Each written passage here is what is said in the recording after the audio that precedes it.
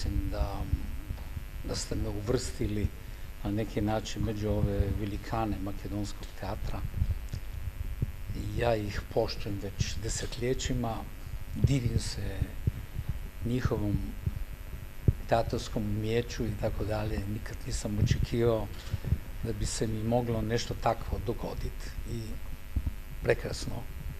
Mislim, jesam počašćen, ali moram reći da ne radi se samo o tome. Mislim, ja sam oduševljen, mislim, sa vašom teatrskom kulturom i umjetnošću, a pogotovo sa glumcima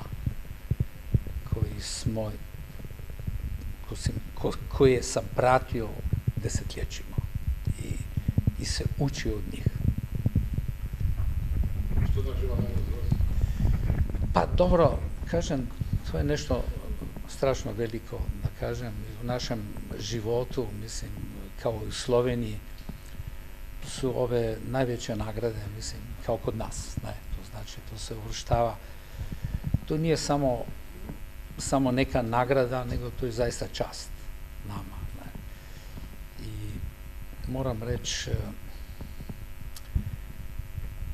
Slovenija i Makedonija, ajde, uvijek smo se poštovali i ja vjerujem da ćemo i dalje.